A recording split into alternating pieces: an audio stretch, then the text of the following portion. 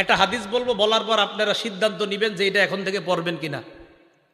পড়েন তো সবাই ইনশাল্লাহ, যাই হোক, এখনো যারা না পড়েন প্রতিদিন পড়বেন ইনশাল্লাহ। ক্বালা রাসূলুল্লাহি সাল্লাল্লাহু আলাইহি ওয়াসাল্লাম, আল্লাহ নবী বলেন, মান সাল্লা সুবহা ফাহুয়া ফি জিম্মাতিল্লাহ, কোন ব্যক্তি যদি ফজরের নামাজ পড়ে ওই ব্যক্তি আল্লাহর জিম্মায় চলে যায়। ফালা ইউতবিআন্নাকুমুল্লাহু ফি জিম্মাতিহি বিশাইইন, আল্লাহ যেন তার জিম্মার ব্যাপারে তোমাদেরকে প্রশ্ন না করে।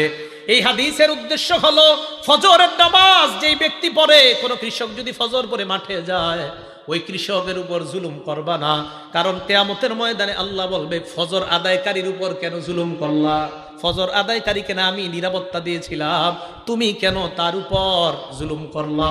ফজর আদায়কারী না আমি আল্লাহর জিম্মায় চলে গেছে, তারে জুলুম করলা কেন তুমি? নবীজি বললেন, সাবধান, আল্লাহর জিম্মায় যারা আছে তার ব্যাপারে যেন তোমাদেরকে প্রশ্ন না করে। এটা হলো ফজরের নামাজ পড়ার উপকারিতা। তো ফজরের নামাজের মাধ্যমে ইনশাল্লাহ আমরা দিন শুরু করব। ফজরের নামাজ কেউ আজকে থেকে, আগেও করি না ইনশাল্লাহ, আজকে থেকে কেউ কাজা করব না, স্বজ্ঞানে করবো না ইনশাল্লাহ। হাত তুলেন ইনশাল্লাহ, আল্লাহ কবুল করেন। ফজরের আগে সুন্নত কয় রাকাত? বিসমিল্লাহ। এই 2 রাকাত সুন্নতের ব্যাপারে নবীজি বলেন, ক্বালা রাসূলুল্লাহি সাল্লাল্লাহু আলাইহি ওয়াসাল্লাম, আল্লাহ নবী বলেন, রাকাতাল ফাজরি আহাব্বু ইলাইয়া মিনাদ দুনিয়া ওয়া মা ফিহা, ফজরের নামাজের আগের 2 রাকাত সুন্নত দুনিয়া এবং দুনিয়ার মধ্যে যা আছে সবচাইতে আমার কাছে বেশি প্রিয়। ফজরের নামাজের সুন্নতটা যদি পারেন বাসায় পড়বেন। ঘড়ির দিকে তাকাইছেন, তাকায় দেখেন 20 মিনিট বাকি আছে, বাস সুন্নতটা বাসায় পড়েন। প্রথম কাজ সুন্নত বাসায় যদি পারেন আর কি বাসায় পড়েন। দ্বিতীয় কাজ, ফজরের সুন্নতে প্রথম রাকাতে কুল্লিয়া আইয়ুহাল কাফিরুন পড়বেন, দ্বিতীয় রাকাতে কুল হু আল্লাহ। বলেন প্রথম রাকাতে কোন সূরা? আইয়ুহাল কাফিরুন, দ্বিতীয় রাকাতে কুল হু আল্লাহু আহাদ। নবীজি মসজিদে আসছে, তো এক সাহাবা নামাজ পড়তেছে, আল্লাহু আকবার। তো নামাজে সূরা ফাতিহা পড়ার পর উনি আস্তে আস্তে পড়তেছে কুল্লিয়া আইয়ুহাল কাফিরুন প্রথম রাকাতে। তো নবীজি শুনে ফেলছে আস্তে কানে দিয়া। তো নবীজি শোনার পর বললেন, হাযা আব্দুন আরাফা রাব্বাহ, এই ব্যক্তি তার রবকে চিনতে পারছে। দ্বিতীয় রাকাতে সাহাবা পড়লেন কুল হু আল্লাহু আহাদ, আল্লাহ নবী বললেন, হাদা আব্দুন আমানা বিরব্বি, এই ব্যক্তি তার রবের উপর পরিপূর্ণ ঈমান আনছে। এজন্য আজকে থেকে আমলটা মনে রাখবেন, ফজরের সুন্নতে প্রথম রাকাতে কুল্লিয়া আইয়ুহাল কাফিরুন, দ্বিতীয় রাকাতে কুল হু আল্লাহ। আরেকটা সুন্নতে আমলটা করবেন, বলবো? মাগরিবের পরের সুন্নতে প্রথম রাকাতে কুল্লিয়া আইয়ুহাল কাফিরুন, দ্বিতীয় রাকাতে কুল হু আল্লাহ যদি পারেন। বাকি ফজরের সুন্নতে প্রথম রাকাতে কুল্লিয়া আইয়ুহাল কাফিরুন, দ্বিতীয় রাকাতে কুল হু আল্লাহ। এটার দ্বারা কি উদ্দেশ্য জানেন? কুল্লিয়া আইয়ুহাল কাফিরুনের মাধ্যমে প্রথম রাকাতে আপনি বুঝাইতেছেন আমি যত শিরিক সব বর্জন করলাম, দ্বিতীয় রাকাতে কুল হু আল্লাহ পড়ার মাধ্যমে বলতেছেন আমি আল্লাহর একত্ববাদ স্বীকার করে আমার দিন শুরু করলাম। আরেকটা আমল যদি পারেন, যদি সম্ভব হয়, এটা ওলামারা পারবে, আপনারা যদি পারেন আর কি, কোরআন শরীফ মুখস্থ সাধারণদের মধ্যে মুখস্থ করার একটা আয়াত মুখস্থ করতে পারবেন না ইনশাল্লাহ? সূরা বাকারার 136 নম্বর আয়াত ফজরের প্রথম রাকাতে মাঝে মাঝে, সূরা বাকারার 136 নম্বর আয়াত, আল্লাহ বলেন, কুলু আমান্না বিল্লাহি ওয়া মা উনজিলা ইলাইনা ওয়া মা উনজিলা ইলা ইব্রাহিমা ওয়া ইসমাঈলা ওয়া ইসহাকা ওয়া ইয়াকুবা ওয়াল আসবাতি ওয়া মা উতিয়া মূসা ওয়া ঈসা ওয়া মা উতিয়ান নাবিয়্যুনা মির রাব্বিহিম লা নুফাররিকু বাইনা আহাদিম মিনহুম ওয়া নাহনু লাহু মুসলিমুন। এটা এক রাকাতে, ফজরের প্রথম রাকাতে। ফজরের নামাজের দ্বিতীয় রাকাতে পড়বেন সূরা আলী ইমরানের 64 নম্বর আয়াত। ওই আয়াতে আল্লাহ পাক রব্বুল আলামিন বলেন, কুল ইয়া আহলাল কিতাবি তাআলাউ ইলা কালিমাতিন সাওয়াইন বাইনানা ওয়া বাইনাকুম আল্লা না'বুদা ইল্লাল্লাহ ওয়া লা নুশরিকা বিহি শাইআ ওয়া লা ইয়াত্তাখিযা বা'দুনা বা'দান আরবাবাম মিন দুনিল্লাহ ফাইন তাওয়াল্লাউ ফাকুলু আশহাদু বিআন্না মুসলিমুন। ফজরের প্রথম রাকাতে কুল ইয়া আইয়ুহাল কাফিরুন, দ্বিতীয় রাকাতে কুল হু আল্লাহ। যদি পারেন মাঝে মাঝে প্রথম রাকাতে সূরা বাকারার 136 নম্বর আয়াত,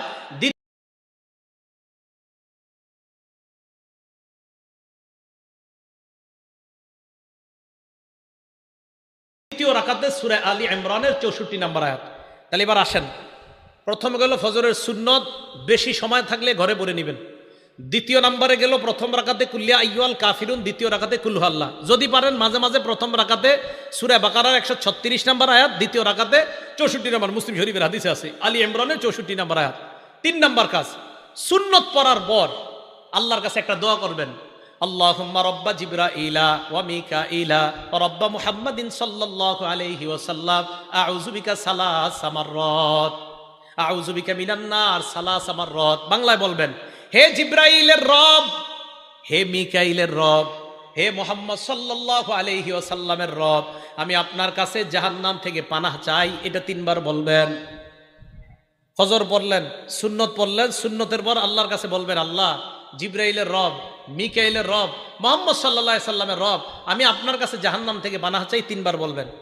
এটা বলার পর চতুর্থ কাজ, ফজরের সুন্নত পইরা বিবির দিকে তাকাইবেন। যদি ঘরে পড়েন, কার দিকে তাকাবেন? বিবির দিকে তাকানোর পর আম্মা জান আয়েশা বলেন, আল্লাহ নবী আমার দিকে তাকানোর পর ফাইন কুনতু মুস্তাইকিজাতান, আমি যদি জাগ্রত থাকতাম, হাদ্দাসানি, আল্লাহ নবী আমার সাথে কথা বলতেন। তাহলে মনে রাখবেন, ফজরের সুন্নত পড়ার পর বিবির দিকে তাকানোর পর যদি দেখেন বিবি জাগ্রত, কথা বলবেন।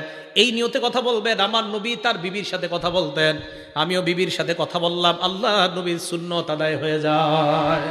আম্মা জান বলেন, ফাইন কুনতু নাইমা, নবী আমার দিকে তাকায় যদি দেখতেন আমি ঘুমন্ত, আই কজানি, আমাকে জাগায়া দিতেন।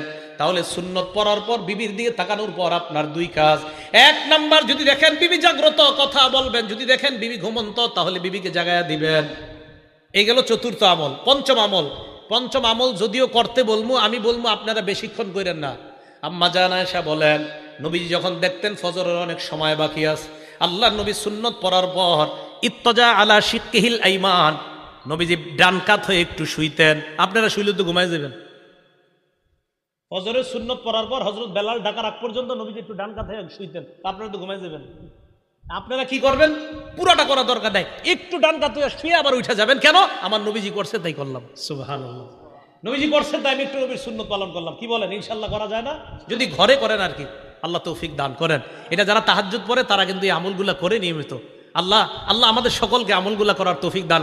ভাই, একদিন নবীর সুন্নত পালন করেন না, একটা দিন করেন, অন্তত কিয়ামতের মাঠে বলতে পারবেন তো একটা দিন করেন না যে আল্লাহ আমি ঘরে সুন্নত পড়ছিলাম, সুন্নতের পর বিবিরে জাগ্রত করেছিলাম, বিবির সাথে কথা বলেছিলাম, আল্লাহ এরপর আমি একটু ডানকাত হয়ে শুয়েছিলাম, এই আমলগুলো তোমার নবী করতো, আমিও করছি। এই গেল ফজরের ব্যাপারে আলোচনা, ফজরের নামাজ এবং 5 ওয়াক্ত নামাজের ব্যাপারে আলোচনা। এখন আরেকটা কথা বলবো নামাজের ব্যাপারে, সে বলবো জামাতে নামাজ আদায় করা। কিভাবে নামাজ আদায় করা? জামাতে। বুখারী শরীফের 645 নম্বর হাদিস, ক্বালা রাসূলুল্লাহ সাল্লাল্লাহু আলাইহি ওয়াসাল্লাম, আল্লাহ নবী বলেন, সালাতুর রাজুলি ফিল জামাআ তাবদুলু সালাতাল ফাজরি বি27 দারাজা। নবীজি বলেন, জামাতের সাথে নামাজ আদায় করা, একাকী এক ব্যক্তি নামাজ আদায় করলো, আমি একা নামাজ পড়লাম, উনি জামাতের সাথে নামাজ আদায় করলো, আল্লাহ নবী বলেন যে ব্যক্তি জামাতে পড়লো তার আমল নামায় আল্লাহ 27 গুণ বেশি সওয়াব দিয়ে দেয়। কয় গুণ? 27 গুণ। রিয়াজুস সলিহিনের একটা হাদিস শুনে, একটা কিতাব আছে রিয়াজুস সলিহিন, ইমাম নববীর লেখা। এক অন্ধ সাহাবা নবীজির কাছে আসছে, আসার পর আল্লাহ নবীকে বললেন, হুজুর লাইসা লি কাইদুন ইয়াকুদুনি ইলাল মসজিদ, হুজুর এমন কেউ নাই, একটু আপনার হাতটা ধরি, হ্যাঁ এইভাবে হাতে ধরে মসজিদে নিবে এমন কেউ নাই। তো নবীজি বললেন, তো তুমি কি বলতে চাও? হুজুর আমি অন্ধ। তো অন্ধ হয়েছে তো কি হয়েছে? অন্ধ মানুষ তো হুজুর, আমি যে কারো হাত ধরে আসবো বা কেউ আমার ধরে আনলে এরকম নাই, তুমি কি বলতে চাও সেটা বলো। হুজুর আমি কি বাসায় নামাজ পড়লে হবে, ঘরে নামাজ পড়লে হবে? তখন নবীজি একটু চিন্তা করে বল, হ্যাঁ ঠিক আছে, ঘরে নামাজ পড়ো যাও। এতটুকু বুঝছেন সবাই? অন্ধ সাহাবা, মসজিদে আসার মতো কেউ নাই, নবীজি বললেন হ্যাঁ ঘরে নামাজ পড়ো। হাদিস কিন্তু শেষ হয় নাই, একটু শুই না, কেউ দৌড় দেন না, পুরাটা শোনেন। ফালাম্মা ওয়াল্লাহ, অন্ধ সাহাবা যখন বাড়ির দিকে রওনা করছে, দাহু, নবীজি ডাকছে, শোনো শোনো শোনো, হাল তাসমাউন নিদা, তুমি কি বাসায় যখন থাকো আজানের আওয়াজ শোনো? জি হুজুর আজান তো শুনি। নবীজি বললেন ফাজিব, তাহলে নামাজে আসো। তাহলে কোথায় আসো?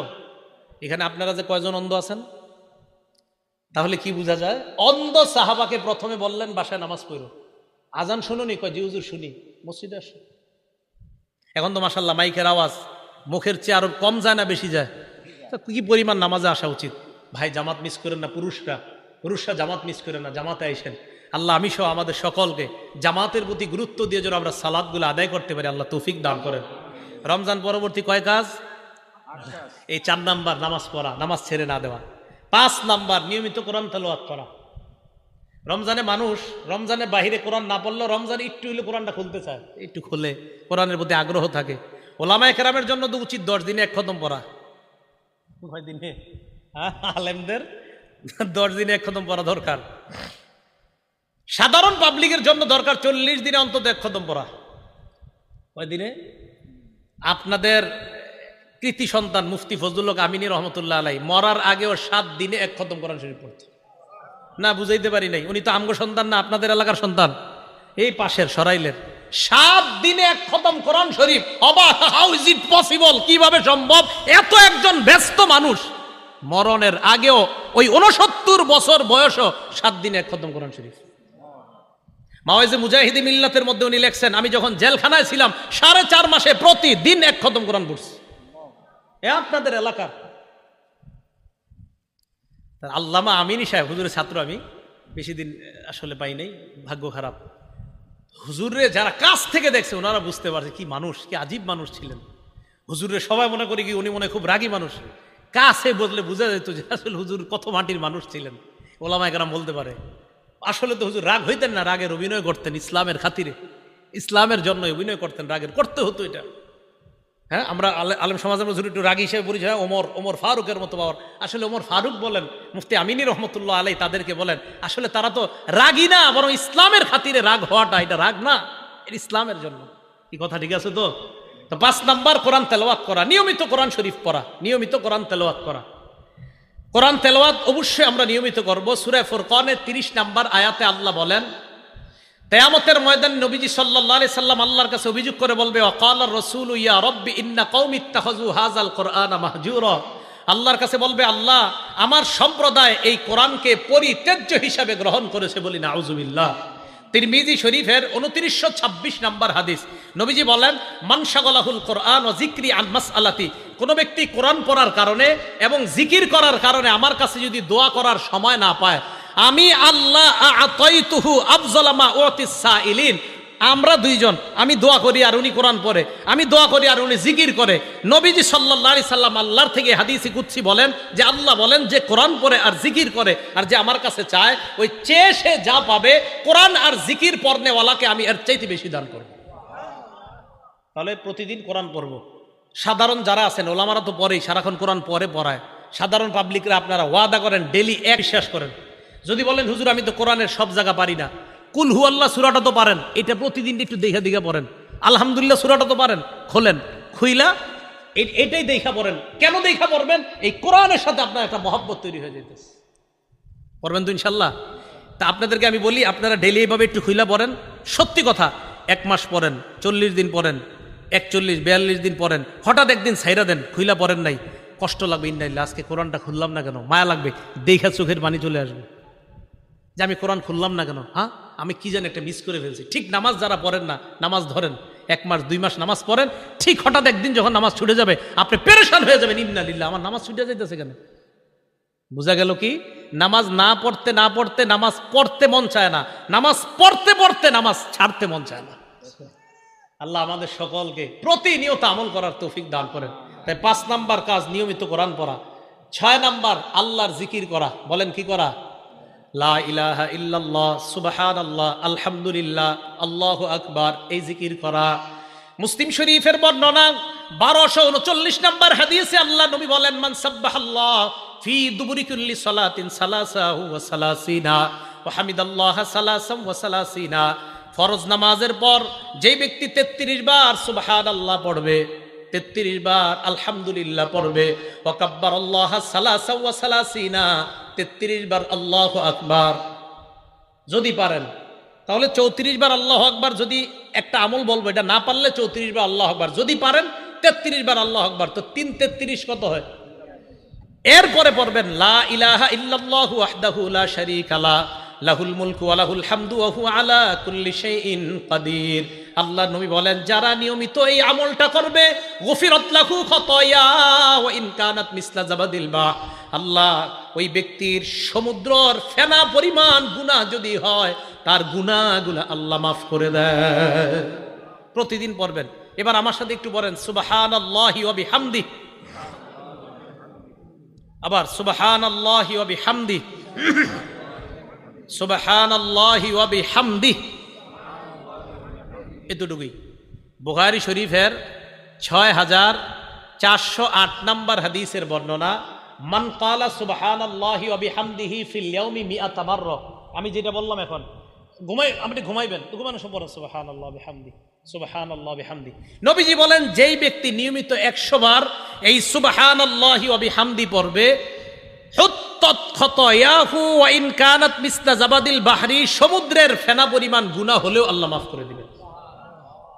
বলেন তো একটু সুবহানাল্লাহি, বাস একটু সুবহানাল্লাহি ওয়া বিহামদি, সুবহানাল্লাহি ওয়া বিহামদি, সুবহানাল্লাহি ওয়া বিহামদি, কয়বার? 100 বার। কষ্ট না সহজ? তো পড়বেন, শুয়ে শুয়ে আছেন, পড়তে থাকেন। যাদের ঘুম না আসে এগুলো পড়তে থাকেন, দেখবেন ঘুমাইসা যাবে ইনশাআল্লাহ। আল্লাহ আমল করার তৌফিক দান করেন। বুখারী শরীফের 6407 নম্বর হাদিসের বর্ণনা, নবীজি সাল্লাল্লাহু আলাইহি সাল্লাম বলেন, আমাদের দুইজনের দিকে তাকান, মাসালুল্লাযী ইয়াসকুরু রব্বা ওয়াল্লাযী লা ইয়াসকুরু রব্বা মাসালুল হাইয়্যি ওয়াল মাইয়্যিত। আমরা দুইজন এক রুমে থাকি, উনি আল্লাহর জিকির করে, আমি করি না। নবীজি বলেন, উনি হলেন জিন্দা ব্যক্তির মতো, তুমি হলা মরা ব্যক্তির মতো। হ্যাঁ, নাউযুবিল্লাহি মিন যালিক। আল্লাহ আমাদেরকে হেফাজত করেন, আল্লাহ আমাদেরকে হেফাজত করেন। তাহলে জিকির করবো তো ইনশাআল্লাহ। জিকির করা এটা হলো 6 নাম্বার কাজ, এটা মনে রাখবো আমরা। তাহলে 5 নাম্বার কোরআন তেলাওয়াত করা, 6 নাম্বার আল্লাহর কি করা? আল্লাহর জিকির করা। 7 নাম্বার ভালো মানুষের সাথে ওঠা বসা করা। সূরা তাওবার 119 নাম্বার আয়াতে আল্লাহ বলেন, ইয়া আইয়ুহাল্লাযীনা আমানুত্তাকুল্লাহা ওয়া কুনু মা'আস সাদিকিন, হে ঈমানদারগণ তোমরা আল্লাহকে ভয় করো, সত্যবাদীদের সাথে উঠা বসা করো। আলেমদের সাথে উঠা বসা করেন, মসজিদের ইমাম খতিবদের সাথে উঠা বসা করেন, আল্লাহওয়ালাদের সাথে উঠা বসা করেন। এটা হলো 7 নাম্বার। 8 নাম্বার কাজ, শাওয়াল মাসে 6টা রোজা রাখবেন। শাওয়াল মাসে কয়টা রোজা? শাওয়াল মাসে 6টা রোজা রাখবেন। ক্বালা রাসূলুল্লাহ সাল্লাল্লাহু আলাইহি ওয়াসাল্লাম, আল্লাহর নবী বলেন, মান সামা রমাদান, যেই ব্যক্তি রমজানের রোজা রাখে, সুম্মা আতবাহু সিত্তাম মিন শাওয়াল, এরপর শাওয়ালের 6টা রোজা রাখে, কানাকা সিয়ামিদ দাহরি কুল্লি, 1 বছর রোজা রাখার সওয়াব পেয়ে যায়। শাওয়াল মাসে 6টা রোজা রাখা। মা বোনদের যাদের কাজা রোজা আছে, কারো 3টা, কারো 7টা, কারো 10টা, তারা কাজা রোজা আলাদা রাখবে, শাওয়ালের 6 রোজা আলাদা রাখবে। আপনাদের অসুস্থতার কারণে যদি কারো রোজা কাজা হয়ে থাকে, এই কাজা রোজা আলাদা রাখবেন, শাওয়ালের 6 রোজা আলাদা রাখবেন। একটা আরেকটার সাথে মিলিয়ে রাখা যাবে না। কিন্তু শাওয়ালের 6 রোজা যদি পারেন টানা 6 দিন রাখবেন, না পারলে মাসের মধ্যে যেই কোনো 6 দিন রাখবেন। শাওয়াল মাসের মধ্যে যে কোনো 6 দিন রাখবেন, ইনশাআল্লাহ আদায় হয়ে যাবে। আর সারা বছর যদি পারেন সোমবার আর বৃহস্পতিবার আপনারা রোজা রাখার চেষ্টা করবেন। আল্লাহ পাক রব্বুল আলামিন যেই 8টা করণীয় বললাম, 1 নাম্বার আমলগুলা নষ্ট না করা, 2 নাম্বার হেদায়েতের উপর অটল থাকা, 3 নাম্বার শয়তানকে শত্রু হিসেবে গ্রহণ করা, 4 নাম্বার নামাজ না ছেড়ে দেওয়া, 5 নাম্বার জিকির করা, 6 নাম্বার কোরআন তেলাওয়াত করা, 7 নাম্বার সত্যবাদীদের সাথে থাকা, 8 নাম্বার শাওয়ালের 6টা রোজা রাখা। এই আমলগুলো আমরা সারা জীবন করব ইনশাআল্লাহ। সারা জীবন যেন এই আমলগুলা ধরে রাখতে পারি, রমজানের ধারাবাহিকতা অভ্যাস যেন আমলের অভ্যাস ধরে রাখতে পারি, আল্লাহ তৌফিক দান করেন। আমিন ওয়া আখিরু দাওয়ানা আনিল হামদুলিল্লাহি রাব্বিল আলামিন। আগামী বছরের প্যান্ডেল, মাইক, আরো যা আনুষঙ্গিক